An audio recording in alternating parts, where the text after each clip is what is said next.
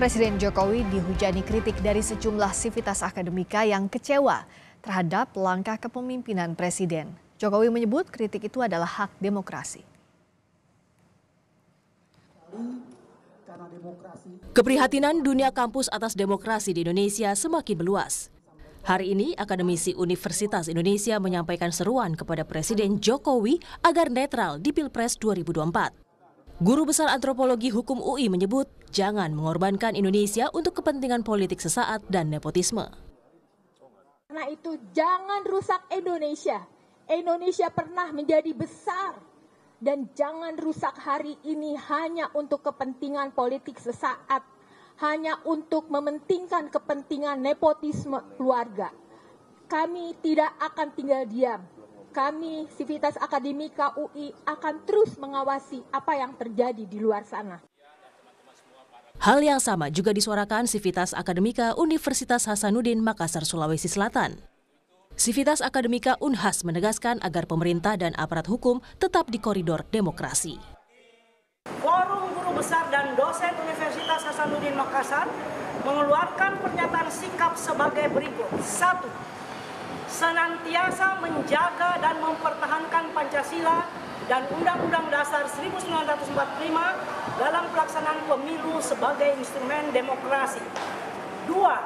Mengingatkan Presiden Jokowi dan semua pejabat negara, aparatur hukum, dan aktor politik yang berada di Kabinet Presiden untuk tetap berada pada koridor demokrasi, serta mengedepankan nilai-nilai kerakyatan dan keadilan sosial, serta rasa nyaman dalam berdemokrasi. Di Padang, Sumatera Barat, Sivitas Universitas Andalas mendesak Jokowi untuk tidak menggunakan kekuasaan yang berpotensi pada kecurangan pemilu.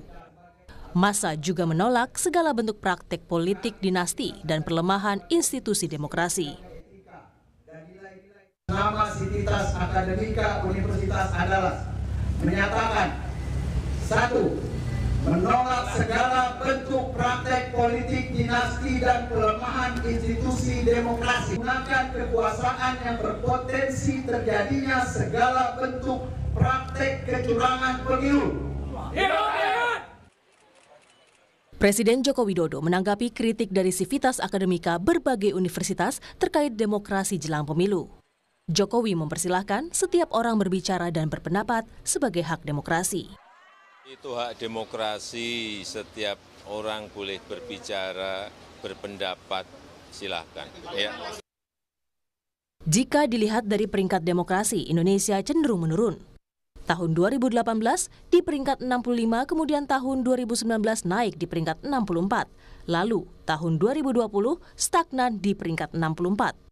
Tahun 2021 naik di peringkat ke-52 dan turun di tahun 2022 ke peringkat 54.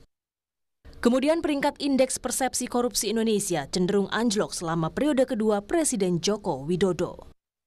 Tahun 2019 Indonesia berada di peringkat 85, kemudian tahun 2020 di peringkat 102. Tahun 2021 naik di peringkat 96, lalu turun lagi di peringkat 110 pada tahun 2022, lalu pada 2023 di peringkat 105. Peringkat hukum Indonesia dari 142 negara tahun 2023 ada di posisi ke-66. Tahun 2019, Indonesia ada di peringkat ke-62, kemudian naik ke peringkat 59, lalu tahun 2021 turun ke peringkat 68, dan tahun 2022 di peringkat ke-64. Hujan kritik untuk Presiden Jokowi di penghujung pemerintahannya jadi pengingat. Presiden dan penyelenggara negara harus mengembalikan demokrasi yang bermartabat di Indonesia.